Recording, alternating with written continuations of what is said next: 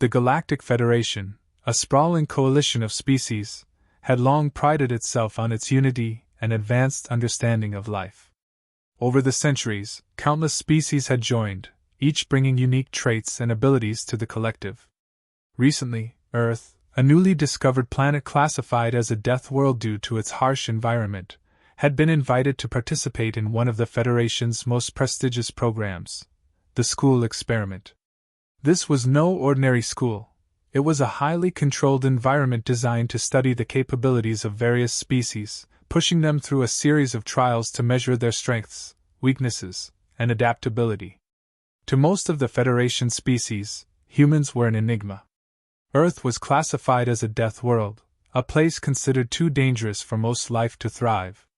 Yet humans had not only survived but built societies, advanced technology, and even developed space travel. Still, despite their achievements, many within the Federation looked down on humans. They viewed Earth's inhabitants as primitive and fragile, their potential grossly underestimated. To the majority of the Federation's members, inviting humans to this school experiment was little more than an amusing diversion, a way to watch a weaker species flounder. The experiment itself was designed to be grueling.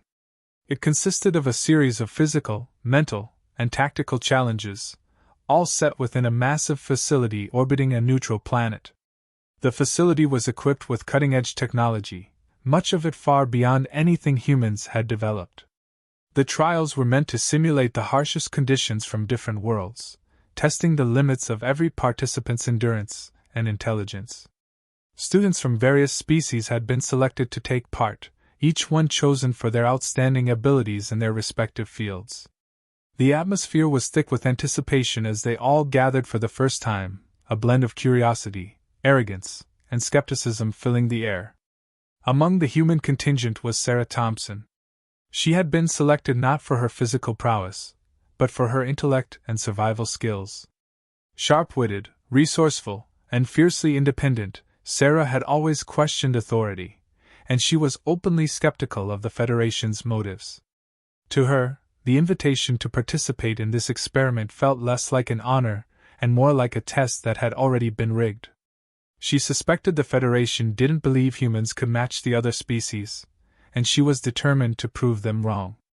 Then there was Zareth, a towering figure from the Zulare species.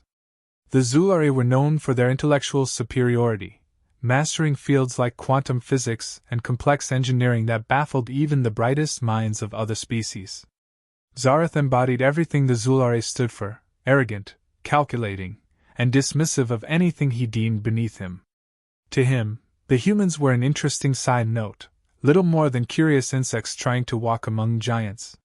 He viewed the experiment as an opportunity to showcase his species' superiority and prove that Zulare intellect was unmatched. Overseeing the experiment was Professor Zener, a veteran scientist from the Trilux species.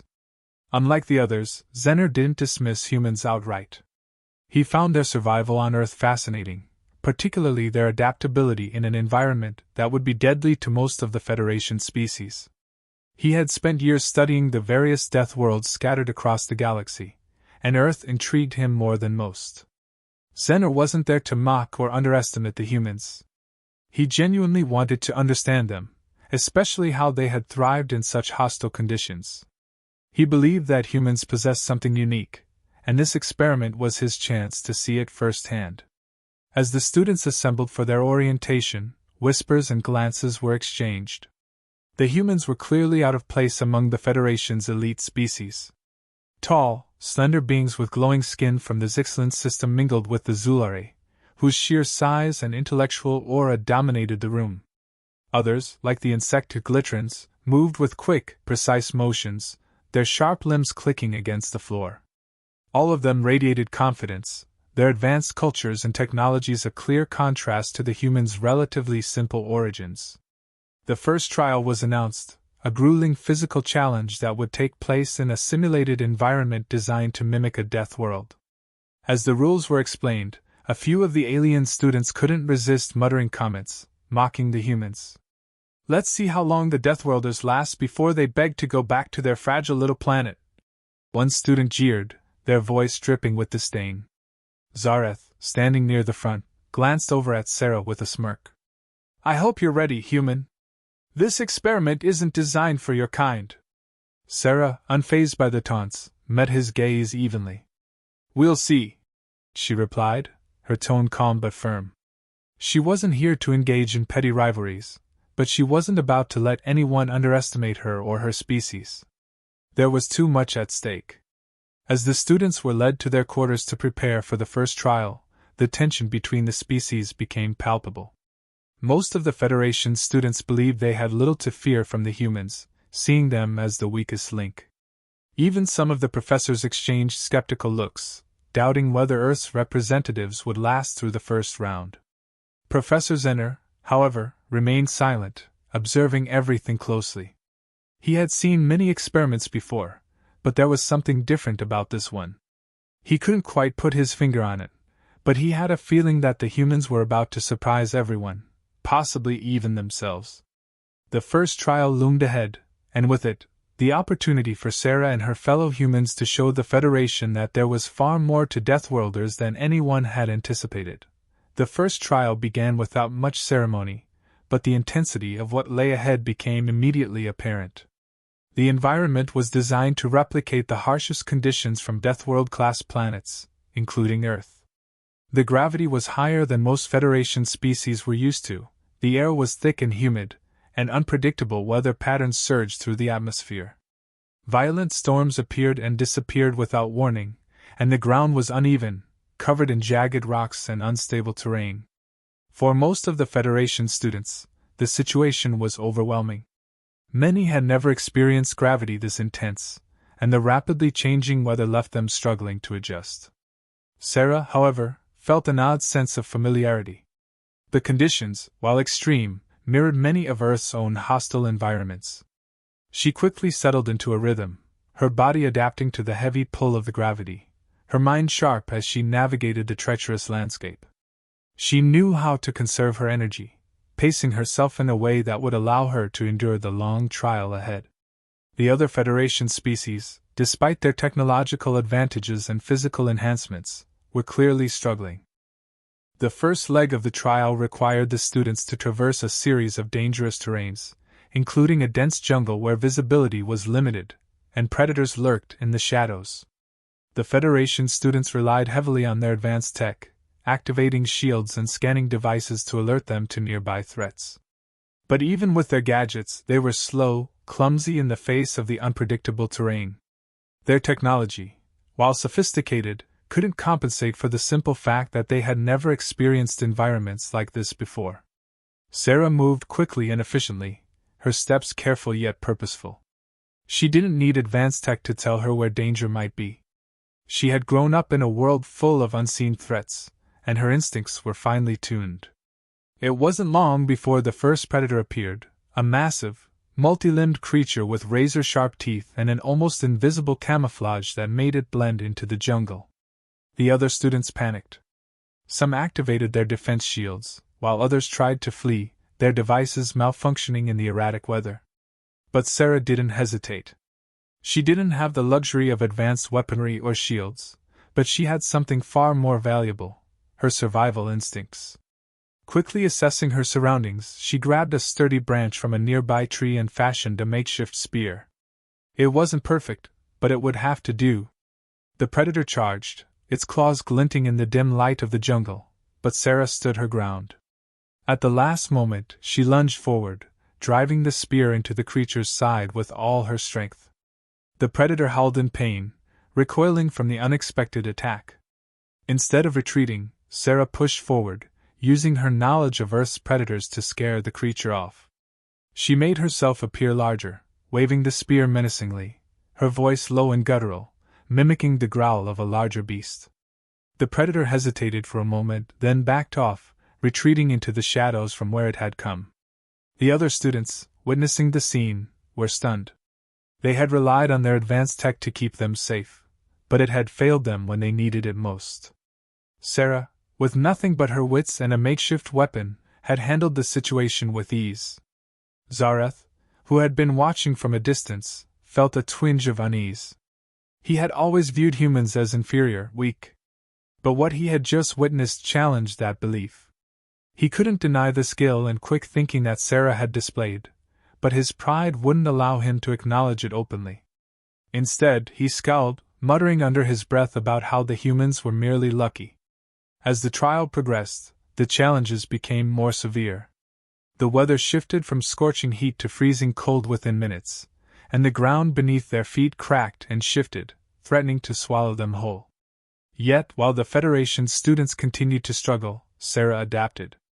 She used the environment to her advantage, finding shelter when needed, rationing her energy, and avoiding unnecessary confrontations with the wildlife. The professors, observing from a distance, were beginning to take notice. At first, they had been skeptical of the humans' ability to survive the trials. But as the hours passed, they couldn't ignore what they were seeing. The Federation students, despite their technological superiority, were faltering. Sarah, however, was thriving. She wasn't the fastest, nor the strongest, but she possessed something far more valuable, an unyielding will to survive and the ability to adapt to whatever the environment threw at her. Professor Zenner, in particular, was intrigued. He had suspected that the humans would prove more resilient than the other species gave them credit for, but even he hadn't anticipated this level of adaptability. He made a mental note to adjust his observations. The data he was collecting would undoubtedly change the way the Federation viewed Deathworlders. There was something about the human spirit, a refusal to give in, that set them apart from the others. As the trial neared its conclusion, the tension among the students grew.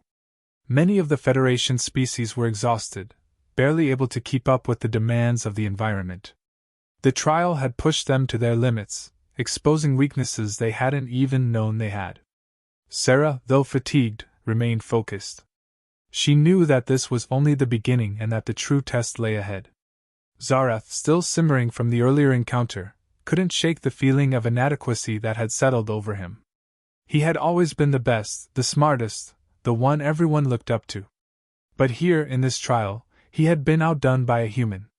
He wasn't ready to admit it, but the truth gnawed at him, slowly eroding his confidence. He resolved to prove himself in the next trial, to show that the Zulari were superior in every way. But deep down, a seed of doubt had been planted. As the first trial came to an end, the students were led back to the main facility to recuperate. The atmosphere was heavy with a mix of exhaustion and unease. The Federation students had entered the trial confident in their abilities, but now, they were questioning everything. The humans had not only survived, they had excelled. And though no one wanted to say it out loud, there was an unspoken understanding that something larger was at play. The humans were not what they seemed, and the next trials would only reveal more of their untapped potential. The second trial was different from the first in every way. There were no physical obstacles, no dangerous terrain or lurking predators. Instead, the students were plunged into a simulation designed to test the limits of their minds. The trial was carefully crafted to push each participant to their breaking point, layering mental challenges with emotional stress, isolation, and fear. It was a test meant to reveal the resilience, or fragility, of each species' psyche. The Federation students entered the trial with the same confidence they had displayed in the physical challenge. Many of them came from species that relied on collective hive minds, advanced intellectual capacities, or technologies that allowed them to process information far faster than humans. They believed their superior mental abilities would give them an easy victory, dismissing the possibility that a Deathworlder could match their prowess in this area. But they soon discovered that this trial was not about intellectual superiority. It was about endurance, creativity, and the strength to resist mental collapse under intense pressure. Sarah found herself alone in a dark, featureless room, with only a small console in front of her. The simulation began with a series of complex puzzles, each one more difficult than the last. As she worked through the challenges, the environment around her started to shift. The temperature dropped, the lights flickered, and strange, dissonant sounds echoed in the background. It was a slow, deliberate effort to destabilize her focus, to unsettle her, and wear down her concentration. The puzzles weren't just intellectual challenges. They were designed to elicit frustration, confusion, and fear. the Federation students had advanced technology to rely on, their devices analyzing the problems and offering potential solutions. But Sarah had no such tools. She was left to rely solely on her mind, her creativity, and her willpower. The simulation seemed determined to break her, but she refused to give in. As the trial continued, the isolation became more oppressive. The walls around her seemed to close in, the air growing heavier, and the sounds more disorienting. But Sarah had been through worse. She drew on her experiences from Earth, where survival often depended on mental toughness as much as physical strength. Her mind raced through each puzzle, not in a linear way like the Federation students' devices, but through trial and error, intuition, and sheer determination. She made connections that others wouldn't have thought of, often finding unconventional solutions to problems that seemed unsolvable. At one point, the simulation changed tactics. The lights dimmed, and suddenly images from her past appeared, memories designed to invoke fear and guilt. She saw loved ones in danger, reliving moments of loss and regret, all meant to distract her and break her spirit. The Federation species had designed the trial to prey on emotions, believing that this would be the weakness that shattered humans. But Sarah knew better. She had faced loss, had pushed through fear, and understood that these were illusions meant to manipulate her. She forced herself to focus, her mind cutting through the noise, compartmentalizing the emotions that tried to overwhelm her. She wasn't about to let a simulation break her, no matter how real it felt. As the hours dragged on, the strain began to show on the other students. In their isolation, cut off from the collective minds they were used to relying on, many of them faltered. Their advanced technologies, while helpful at first, couldn't compensate for the psychological toll the trial was taking. The puzzles grew more complex, the emotional attacks more targeted, and the sense of isolation more crushing. One by one, the Federation students began to withdraw from the trial, their minds unable to handle the constant barrage of stress and fear. Zareth, who had entered the trial with confidence, was visibly shaken. His species' reliance on intellect and collective problem-solving had left him ill-prepared for the individual mental fortitude this trial demanded. He struggled with each puzzle, his frustration growing as he realized that his usual methods weren't working. For the first time, Zareth began to understand the limits of his own abilities. The trial had exposed a vulnerability he hadn't known existed, a reliance on external support, and tools that he had always taken for granted. As he looked at Sarah, still focused, still pushing forward, a seed of doubt began to take root. He had underestimated the humans, and now, for the first time, he questioned whether his species truly had the superiority he had always believed in. Meanwhile, Sarah pressed on. The mental strain was immense, but she refused to let it break her. Every time the simulation tried to destabilize her, she found a way to adapt, to adjust her thinking and keep moving forward. She knew that this trial wasn't just about solving puzzles. It was about proving that humans could withstand the worst mental assaults imaginable. The simulation threw everything it had at her, but her resolve never wavered. She didn't need advanced technology or hive minds. All she needed was her will to survive and her ability to think outside the box. As the trial neared its conclusion, the differences between the Federation students and Sarah became painfully clear. While most had withdrawn or collapsed under the pressure, Sarah was still standing, still solving each puzzle, one after another. Her resilience wasn't just physical, it was mental, emotional, and psychological. The simulation had tried to break her, but she had proven unbreakable. The professors watching the trial were stunned. They had expected the humans to fail early, to collapse under the weight of the emotional and mental stress. But Sarah had not only survived, she had thrived. Professor Zenner, in particular, was fascinated by what he had seen. Humans, it seemed, possessed a mental strength that far exceeded anything the Federation had anticipated. Their adaptability wasn't just physical, it extended to their minds as well. Zenner made careful notes, his interest in Deathworlders growing with each passing moment. Zareth, on the other hand, was left to grapple with his own failure. For the first time in his life, he had been bested, and by a human, no less.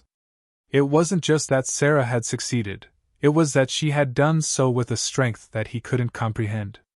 He had always believed that intellect and technology were the keys to superiority, but Sarah had shown him that there was something more powerful, something primal and deeply rooted in the human psyche. As Sarah completed the final puzzle, the trial ended. The simulation faded, and the students were brought back to reality. The room was silent as the results became clear.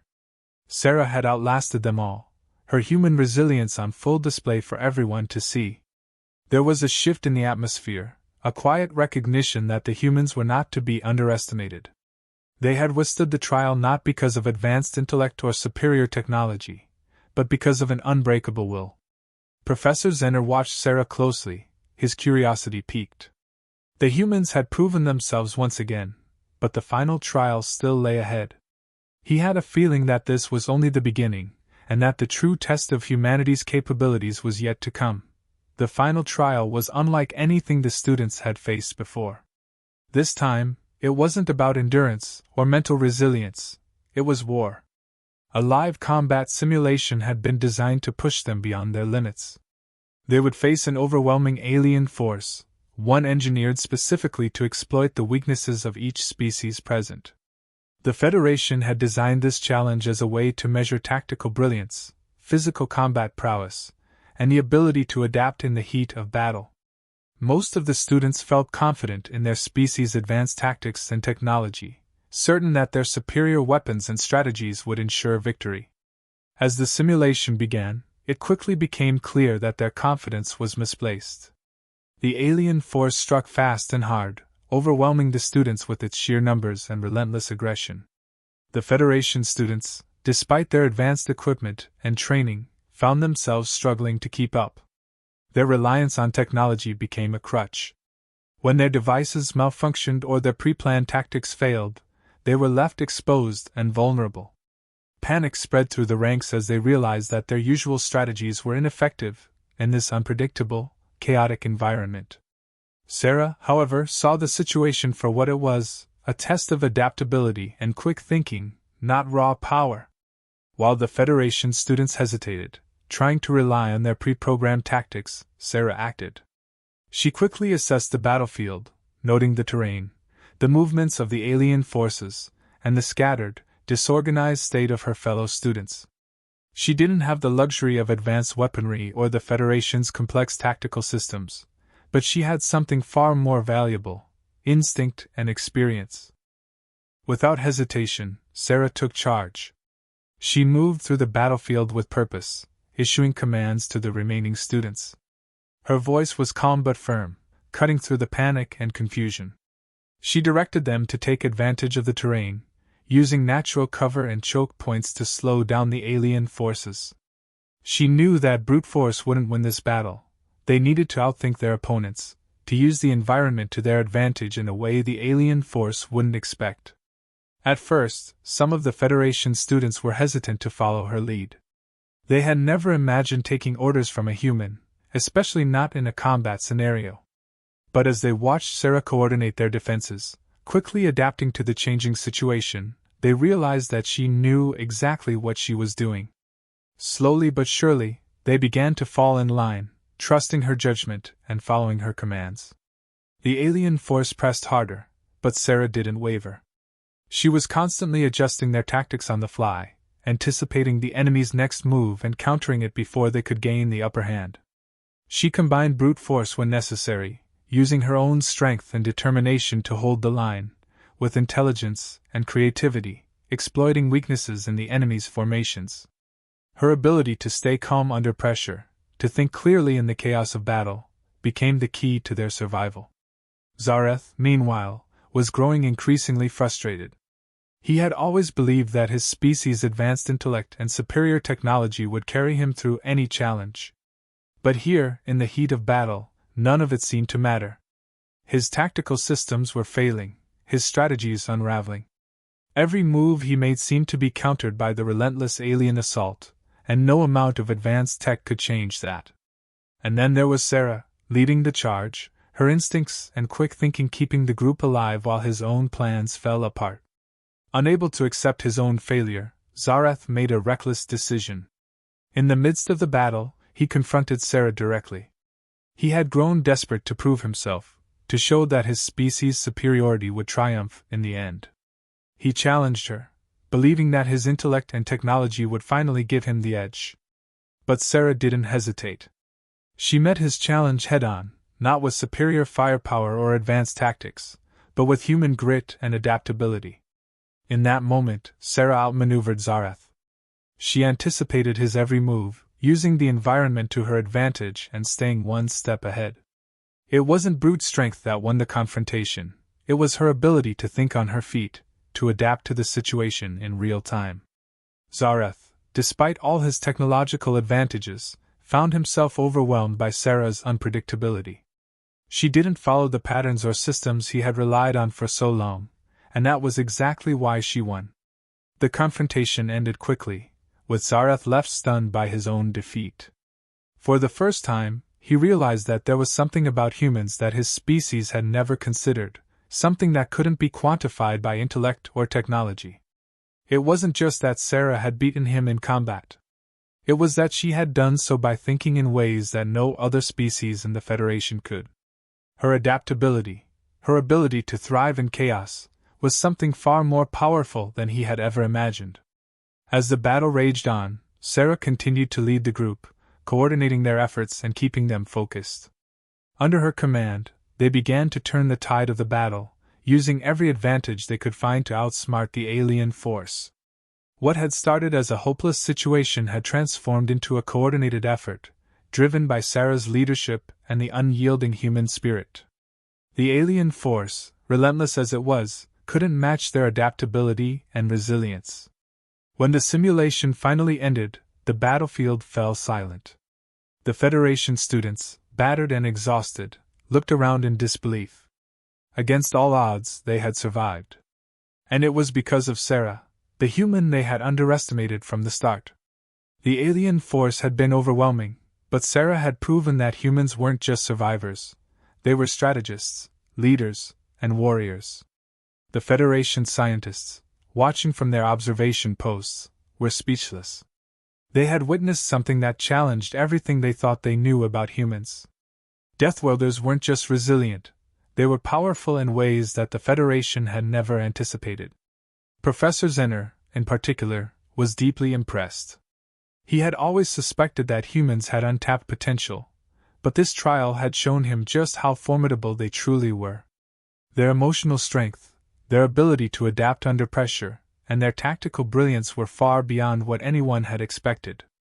As the students regrouped, the mood had shifted. The mockery and skepticism that had followed the humans throughout the experiment had vanished. In its place was a quiet respect, an acknowledgement that humans were not to be underestimated. They had proven themselves in ways that no one could deny, and their performance in the final trial had left a lasting impression on everyone involved.